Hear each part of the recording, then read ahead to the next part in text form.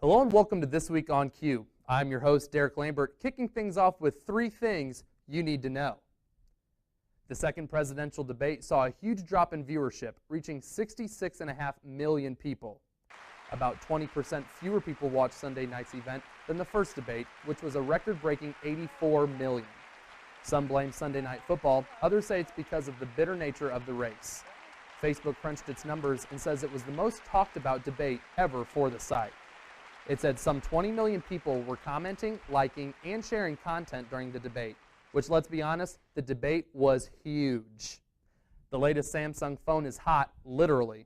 If you're an owner of the Samsung Galaxy Note 7, Samsung urges you to turn off your phone immediately. It's quite the warning from Samsung. There have been reports that the phone is spontaneously catching fire. The alert comes one day after Samsung halted production of the Galaxy Note 7. In a corporate statement, Samsung said it will also ask all carrier and retail partners globally to stop sales and exchanges of the Galaxy Note 7 while it investigates the cause of the fires. Russia is being blamed for the recent hackings linked to the U.S. elections. That's according to a statement issued in the latest week by the Office of Director of National Intelligence and the Department of Homeland Security. This is the first time the U.S. officially accused Russia of being responsible for these activities, and Democratic officials made the same allegations about Russia a few weeks ago. Republican presidential candidate Donald Trump says he wasn't sure Russia was involved. In fact, he said it could be a 400-pound person in their bedroom for all we know. The U.S. and Russia ended formal talks about a Syrian ceasefire earlier this week. Those were 3 things you need to know. Now, let's start the show.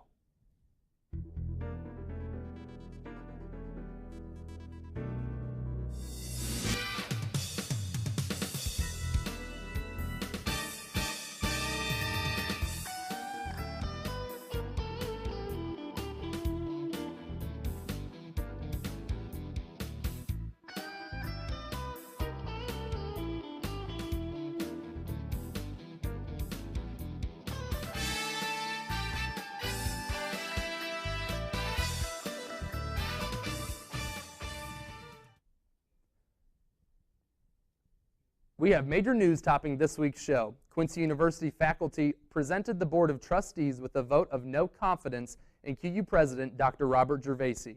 According to a press release from the university, the vote, placed by professors last week, was motivated by the financial challenges the university currently faces. In response, Vice Chair of the Board of Trustees, Del Mitchell, released this statement.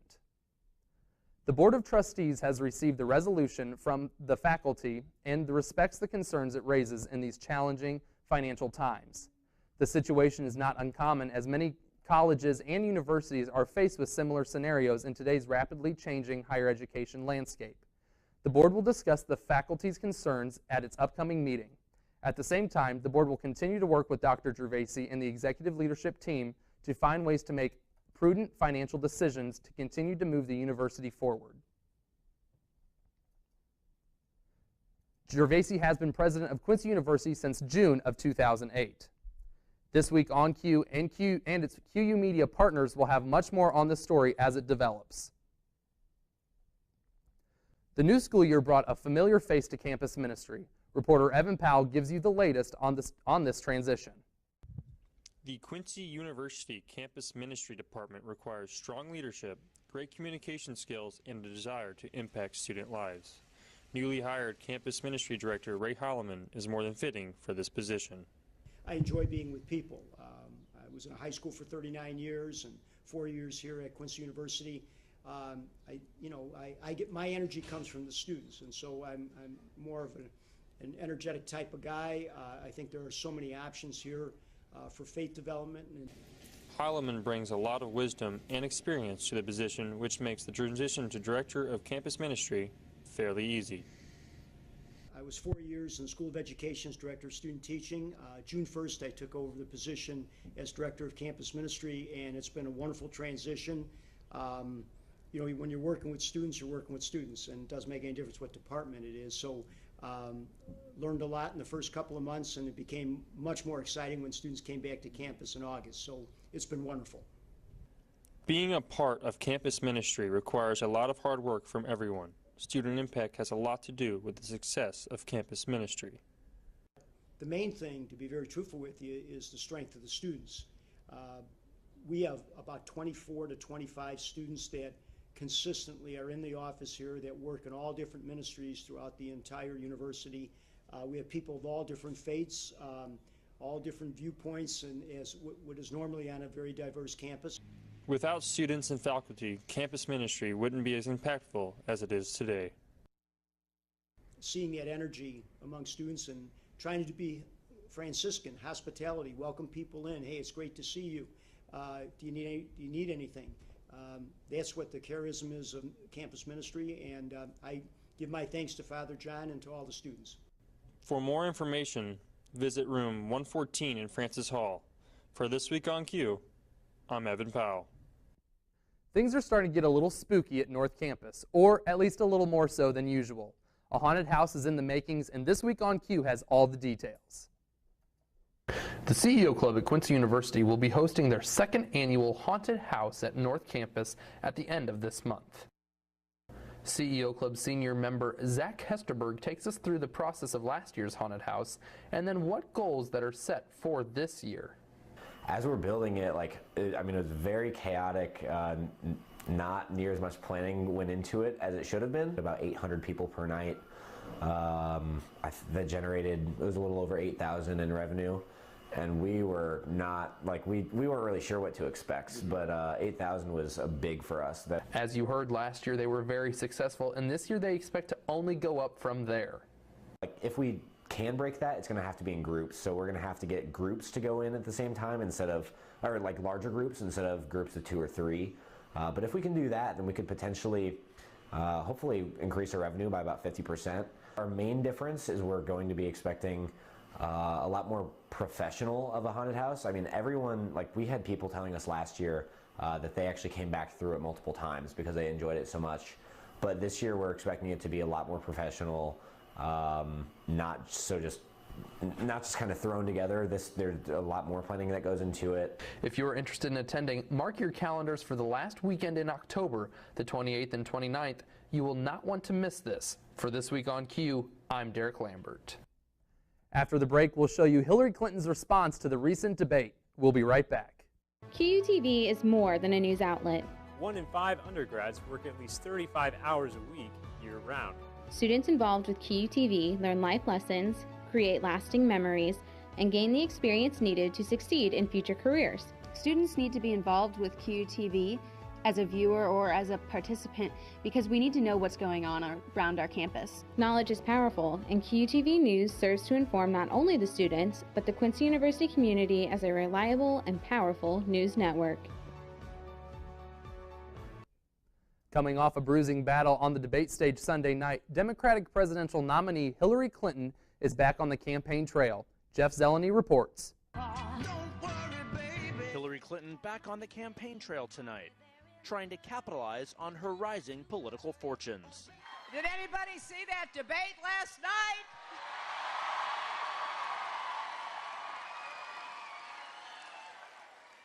Well, you never saw anything like that before.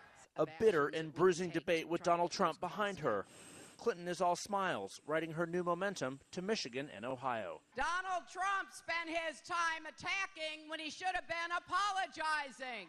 Even as she fires up Democrats, Clinton is turning her attention to the chaos tearing apart the GOP. In a series of new television ads tonight, she's featuring Republicans standing against Trump, offering a path for other mothers and fathers to join. I've been a Republican all my life, but I'm the father of 3 girls. I can't stand hearing Donald Trump call women pigs, dogs, and bimbos. My son Max can't live in Trump world, so I'm crossing party lines and voting for Hillary. Clinton returned to the campaign trail facing a far brighter landscape. A new NBC News Wall Street Journal poll gives her an 11-point edge nationally over Trump in a 4-way race. For the next 29 days, she's pressing her case, as she did Sunday in St. Louis, starting with Trump's temperament. With prior Republican nominees for president, I disagreed with them on politics, policies, principles, but I never questioned their fitness to serve. Donald Trump is different. A CNN ORC poll of people who watched the debate found 57% say Clinton won. 34% say Trump did, but among women, a wide gap. Clinton with a 34-point advantage over Trump. Among men, an 11-point edge. What Donald says. The poll of debate watchers skews slightly more Democratic. WikiLeaks released. After WikiLeaks published hack campaign emails, Clinton also confronted with her old words from paid speeches she gave, bluntly saying politicians often have a public and private position on one issue. She mounted the Abe Lincoln defense. As I recall, that was something I said about Abraham Lincoln after having seen the wonderful Steven Spielberg movie called Lincoln. It was a master class watching President Lincoln get the Congress to approve the 13th Amendment. She lied. Now she's blaming the lie on the late, great Abraham Lincoln. That's one that I haven't. The aftermath of Hurricane Matthew and Civil War-era cannonballs get loose in today's Take a Look at This. CNN's Jeremy Roth has more. After Hurricane Matthew made its way up the coast, officials in South Carolina made an explosive discovery. Civil War cannonballs were found unearthed on Folly Beach near Charleston. The age-old ordnance was discovered by the city's former mayor, who was walking along the beach when he spotted the rocky-looking cannonballs fused together by Russ. County bomb squad and U.S. Air Force officials responded and confirmed the ordnance, removing and detonating most of the find, with the rest going to a nearby naval base. Little help here? That's exactly what this bald eagle got after getting stuck in the grill of a vehicle in the wake of Hurricane Matthew. A driver in Jacksonville, Florida called 911 after spotting the bird in the grill of a car at an intersection and then chased the vehicle down to inform its owner. Local officials responded and rescued the bird, who was turned over to a wildlife sanctuary. Oh, and they named it Matthew. And while most people were getting out of the way of the storm, this guy saw it as an opportunity to chillax. Richard Neal owns Frying Pan Tower, a former Coast Guard light station about 30 miles off the South Carolina coast. And amid the choppy seas and powerful wind, surveillance cameras captured Neal riding out the storm shirtless and kicked back like he's in a Corona commercial. For Take a Look at This, I'm Jeremy Roth. When we come back, a comeback story from the tennis courts. Stay with us. Join me, Coach Marty Bell, head basketball coach of the Quincy University Hawks, live from Chicks on the River every Monday night at 6:30 p.m. or on ESPN 1440 for the Coach Marty Bell Show. Hear from our coaches and players as Ben and I recap the previous games and preview our upcoming opponents. Grab your friends and family and come out to Chicks on the River for a great meal and meet the Hawks. QU men's basketball, Chicks on the River, and ESPN 1440, a winning combination. And as always, it truly is. Morgan McGinnis certainly knows how to return a difficult serve. This week on Q's Scott Bruxford takes us to the net in this week's sports feature. What started off as an average high school tennis meet ended up being something much more for senior tennis player Morgan McGinnis. And all of a sudden I went to serve, and I just it felt really weird to me, and it went over, but being the good player she was, she hit a winner. So I walked over to get the ball, and all of a sudden I start walking, and I just feel weird, like my legs are dragging. And I was like, Morgan, you're fine, you're tired, it's a tough match, shake it off. And so I get there, and I try to pick the ball up, and I physically couldn't pick the ball up. When a routine pickup didn't go as planned, McGinnis knew something was wrong. Thing tennis players do is they try to pick it up with their racket and their foot, and I couldn't even do that. And I was like, what is going on? I was just so confused and just kept thinking I was tired because I've never been injured or anything before. And all of a sudden my opponent is on the other, on my side of the net, which never ever happens. And she's screaming Morgan, Morgan, Morgan, are you okay? Screams came from the crowd above, and McGinnis knew once she collapsed that there was something terribly wrong. At U of I, there are basically there's balconies so you can see over top, and I just hear people screaming. And so then I don't really remember what happened from there, but I was on the ground and I'd had a stroke. McGinnis was grateful for the open arms extended to her from the university, but was also determined to continue being a college athlete. Right, after I had come to the point where I realized I had a stroke, doctors this is a pretty big thing. I was paralyzed on my left side. It just kind of motivated me to play college tennis. I was like, this is something I couldn't imagine living without, being an athlete. So that kind of inspired me to keep working towards my goal of playing college tennis. And you know, I spent a lot of time rehabbing, but I came to Quincy, and Quincy at the time had a different coach than we did now, but he's just super welcoming and almost treated me like, you know, my stroke had never happened, because at that point I was kind of just sensitive to it, like I didn't. Coming up next, we have the latest from Hollywood. Stay tuned. Yes, growing up I had one deaf friend, and that was the only deaf person I knew before coming to school here at QU. And now I regularly get to hang out and socialize with the deaf community, which has been awesome.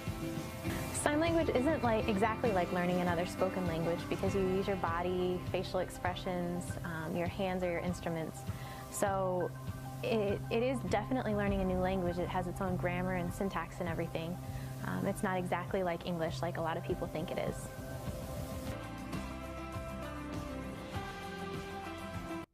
Welcome back. A legendary singer and the year's biggest movie both have new numbers worth celebrating.